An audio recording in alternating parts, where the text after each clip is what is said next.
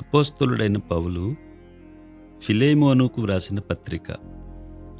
క్రీస్తు యేసు ఖైదీ అయిన పౌలును, సహోదరుడైన తిమోతియును, మా ప్రియుడును జతపనివాడునైన ఫిలేమోనుకును, మన సహోదరి అయిన అప్పియకును, తోడియోధుడైన అర్కిప్పునకును, నీ ఇంట ఉన్న సంఘమునకును శుభమని చెప్పి వ్రాయునది.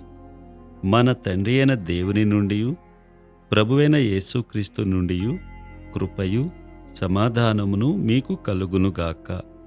నీ ప్రేమను గూర్చియు ప్రభువైన యేసు ఎడలను సమస్త పరిశుద్ధుల ఎడలను నీకు కలిగియున్న విశ్వాసమును గూర్చియు నేను విని నా ప్రార్థనలయందు నీ నిమిత్తము విజ్ఞాపనము చేయుచు ఎల్లప్పుడూ నా దేవునికి కృతజ్ఞతాస్తుతులు చెల్లించుచు క్రీస్తుని బట్టి మీ యందున్న ప్రతి శ్రేష్టమైన వరము విషయమై నీవు అనుభవపూర్వకముగా ఎరుగుట వలన ఇతరులు నీ విశ్వాసమందు పాలివారొకటనున్నది కార్యకారి కావలననియు వేడుకొనుచున్నాను. సహోదరుడా, పరిశుద్ధుల హృదయములు నీ మూలముగా విశ్రాంతి పొందినందున నీ ప్రేమను బట్టి నాకు విశేషమైన ఆనందమును ఆదరణయు కలిగెను. కావున యుక్తమైన దానిని గూర్చి నీకాజ్ఞాపించుటకు క్రీస్తునందు నాకు బహుధైర్యము కలిగియున్నను. వృద్ధుడను ఇప్పుడు క్రీస్తుయేసు ఖైదీనయ్యున్న పౌలను నేను ప్రేమను బట్టి వేడుకొనుట మరి మంచిదనుకొని నా బంధకములలో నేను కనిన నా కుమారుడగు ఒనేసీము కోసరము నిన్ను వేడుకొనుచున్నాను.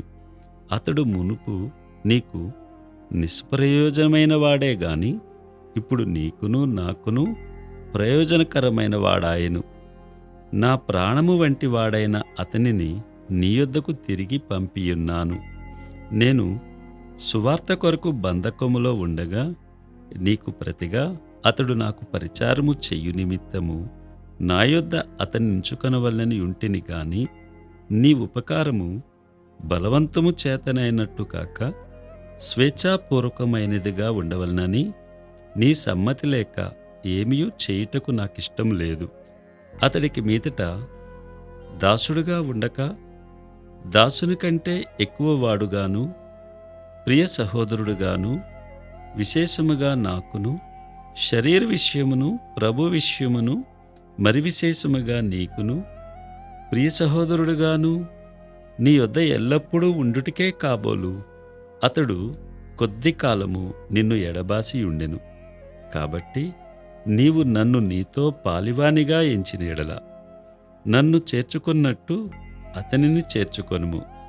అతడు నీకు ఏ నష్టమైనను కలుగజేసిన ఎడలను, నీకు ఏమైనా రుణమున్న ఎడలను అది నా లెక్కలో చేర్చుము. పౌలను నేను నా స్వహస్తముతో ఈ మాట వ్రాయిచున్నాను, అది నేనే తీర్తును. అయినను నీ ఆత్మ విషయంలో నీవే నాకు రుణపడి ఉన్నావని నేను చెప్పనేలా? అవును సహోదరుడా, ప్రభువునందు నీ వలన నాకు ఆనందము కలుగనిమ్ము. క్రీస్తునందు నా హృదయమునకు విశ్రాంతి కలుగజేయుము. నేను చెప్పిన దానికంటే నీవు ఎక్కువగా చేతువని ఎరిగి నా మాట విందువని నమ్మి నీకు వ్రాయిచున్నాను. అంతేకాదు, నీ ప్రార్థనల మూలముగా నేను నీకు అనుగ్రహింపబడుదునని నిరీక్షించుచున్నాను గనుక నా నిమిత్తము బస సిద్ధము చేయుము. క్రీస్తు యేసునందు నా తోడి ఖైదీ అయిన ఎపఫ్రా, నా జతపనివారైన మార్కు, అరిస్తార్కు, దేమా, లూకా వందనములు చెప్పుచున్నారు. మన ప్రభువైన యేసుక్రీస్తు కృప మీ ఆత్మకు తోడై ఉండునుగాక. ఆమేన్. అపోస్తలుడైన పౌలు తీతుకు వ్రాసిన పత్రిక. మొదటి అధ్యాయము. దేవుడు ఏర్పరచుకుని వారి విశ్వాసము నిమిత్తమును నిత్యజీవమును గూర్చిన నిరీక్షణతో కూడిన భక్తికి ఆధారమగు సత్య విషయమైన అనుభవ జ్ఞానము నిమిత్తమును దేవుని దాసుడును యేసుక్రీస్తు అపోస్తలుడునైన పౌలు మన అందరి విశ్వాస విషయములో నా నిజమైన కుమారుడగు తీతుకు శుభమని చెప్పి వ్రాయినది.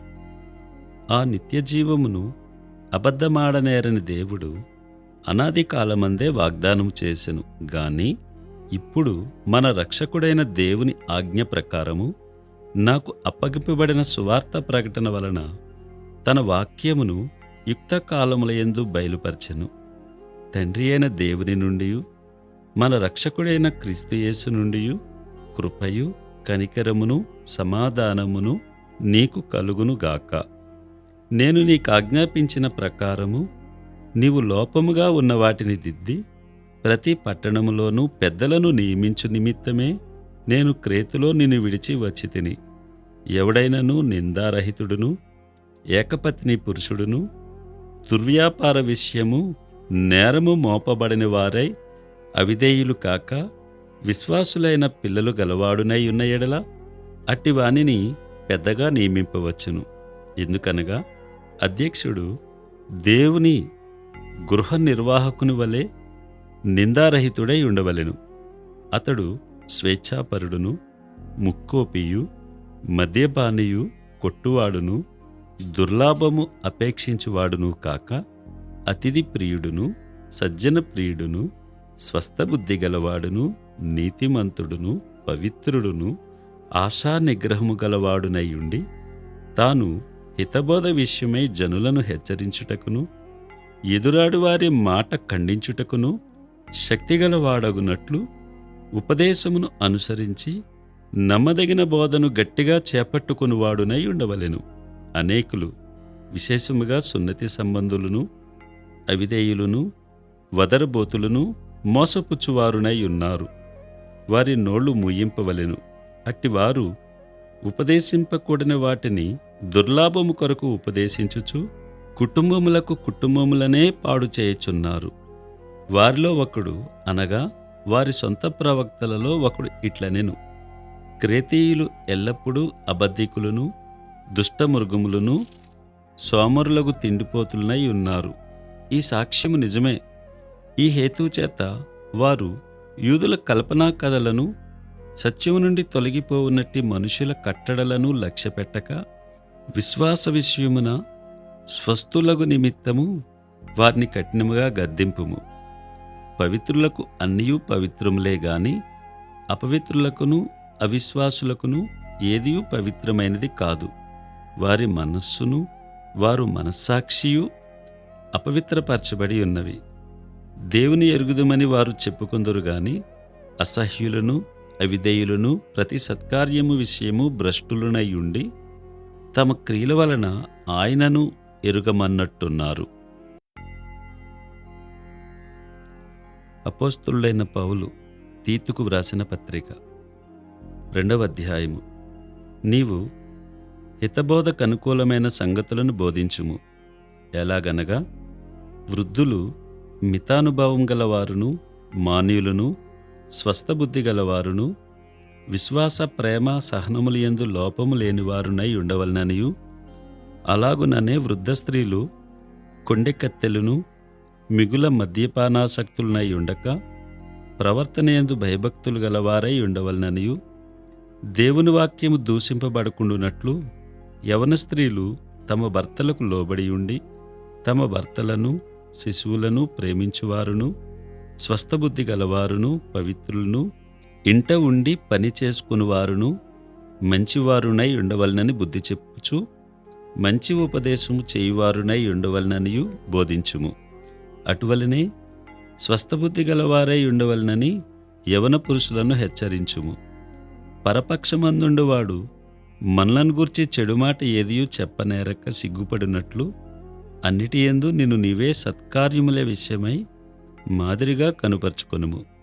నీ ఉపదేశము మోసము లేనిదిగాను మాన్యమైనదిగాను నిరాక్షేపమైన హితవాక్యంతో కూడినదిగాను ఉండవలెను. దాసులైన వారు అన్ని విషయములయందు మన రక్షకుడగు దేవుని ఉపదేశమును అలంకరించున్నట్లు తమ యజమానులకు ఎదురుమాట చెప్పక ఏమీయూ అపహరింపక సంపూర్ణమైన మంచి నమ్మకమును కనపరచుచు అన్ని కార్యములయందు వారిని సంతోషపెట్టుచు వారికి లోబడి ఉండవలనని వారిని హెచ్చరించుము. ఏలయనగా సమస్త మనుష్యులకు రక్షణకరమైన దేవుని కృప ప్రత్యక్షమై మనము భక్తిహీనతను, ఇహలోక సంబంధమైన దురాశలను విసర్జించి శుభప్రదమైన నిరీక్షణ నిమిత్తము అనగా మహాదేవుడును మన రక్షకుడునైన యేసుక్రీస్తు మహిమ యొక్క ప్రత్యక్షత కొరకు ఎదురుచూచుచు ఈ లోకములో స్వస్థబుద్ధితోనూ నీతితోనూ భక్తితోనూ బ్రతుకుచుండవలనని మనకు బోధించుచున్నది. ఆయన సమస్తమైన దుర్నీతి నుండి మనలను విమోచించి సత్క్రియలయందాసక్తి గల ప్రజలను తన కోసరము పవిత్రపరచుకొని తన సొత్తుగా చేసుకొనుటకు తన్ను తానే మన కొరకు అర్పించుకొనెను. వీటిని గూర్చి బోధించుచు హెచ్చరించుచు సంపూర్ణాధికారంతో దుర్బోధను ఖండించుచూ నుండుము. నిన్నెవనిని తృణీకరింపనీయకుము. అపోస్తలుడైన పౌలు తీతుకు వ్రాసిన పత్రిక 3వ అధ్యాయము. అధిపతులకును అధికారులకును లోబడి విధేయులుగా ఉండవలననియు ప్రతి సత్కార్యము చేయుటకు సిద్ధపడి ఉండవలననియు మనుష్యులందరి ఎడల సంపూర్ణమైన సాత్వికమును కనుపరచుచు ఎవరినీ దూషింపక జగడమాడని వారును శాంతులునై ఉండవలననియు వారికి జ్ఞాపకము చేయుము. ఎందుకనగా మనము కూడా మునుపు అవివేకులమును అవిధేయులమును మోసపోయిన వారమును నానా విధములైన దురాశలకును భోగములకును దాసులమునై ఉండి దుష్టత్వమునందును అసూయయందును కాలము గడుపుచు అసహ్యులమై ఒకరినొకడు ద్వేషించుచూ ఉంటిమి. గాని మన రక్షకుడైన దేవుని యొక్క దయయు మానవుల ఎడల ఆయనకున్న ప్రేమయు ప్రత్యక్షమైనప్పుడు మనము నీతిని అనుసరించి చేసిన క్రియల మూలముగా కాక తన కనికరము చొప్పుననే పునర్జన్మ సంబంధమైన స్నానము ద్వారాను పరిశుద్ధాత్మ మనకు నూతన స్వభావము కలుగజేయుట ద్వారాను మనలను రక్షించెను. మనమైన కృప వలన నీతిమంతులమని తీర్చబడి నిత్యజీవమును గూర్చిన నిరీక్షణను బట్టి దానికి వారసులమగుటకై ఆ పరిశుద్ధాత్మను మన రక్షకుడైన యేసుక్రీస్తు ద్వారా ఆయన మన మీద సమృద్ధిగా కుమ్మరించెను. ఈ మాట నమ్మదగినది గనుక దేవునియందు విశ్వాసముంచిన వారు సత్క్రియలను శ్రద్ధగా చేయుటయందు మనస్సునుంచునట్లు నీవీ సంగతులను గూర్చి దృఢముగా చెప్పుచుండవలనని కోరుచున్నాను. ఇవి మంచివియు మనుష్యులకు ప్రయోజనకరమైనవియునయ్యున్నవి గాని అవివేక తర్కములను వంశావళులను కలహములను ధర్మశాస్త్రమును గూర్చిన వివాదములను నిష్ప్రయోజనమును వ్యర్థమునయ్యున్నవి గనుక వాటికి దూరముగా ఉండుము. మతభేదములు కలిగించు మనుష్యునికి 1-2 మార్లు బుద్ధి చెప్పిన తరువాత వానిని విసర్జించుము. అట్టివాడు మార్గము తప్పి తనకు తానే శిక్ష విధించుకొనిన వాడై పాపము చేయుచున్నాడని నీవెరుగుదు. నికోపొలిలో శీతకాలము గడపవలనని నేను నిర్ణయించుకున్నాను గనుక నేను అర్తెమానైనను తుకికునైనను నీ యొద్దకు పంపినప్పుడు అక్కడికి నా యొద్దకు వచ్చుటికై ప్రయత్నము చేయుము. ధర్మశాస్త్రవేది అయిన జానాను అపోల్లోనును శీఘ్రముగా సాగనంపుము. వారికేమీ తక్కువ లేకుండా చూడుము. మనవారును నిష్ఫలులు కాకుండా నిమిత్తము అవసరమును బట్టి సమయోచితముగా సత్క్రియలను శ్రద్ధగా చేయుటకు నేర్చుకొనవలెను. నా యొద్ద ఉన్న వారందరూ నీకు వందనములు చెప్పుచున్నారు. విశ్వాసమును బట్టి మమ్మను ప్రేమించు వారికి మా వందనములు చెప్పుము. కృప మీ అందరికీ తోడై ఉండునుగాక.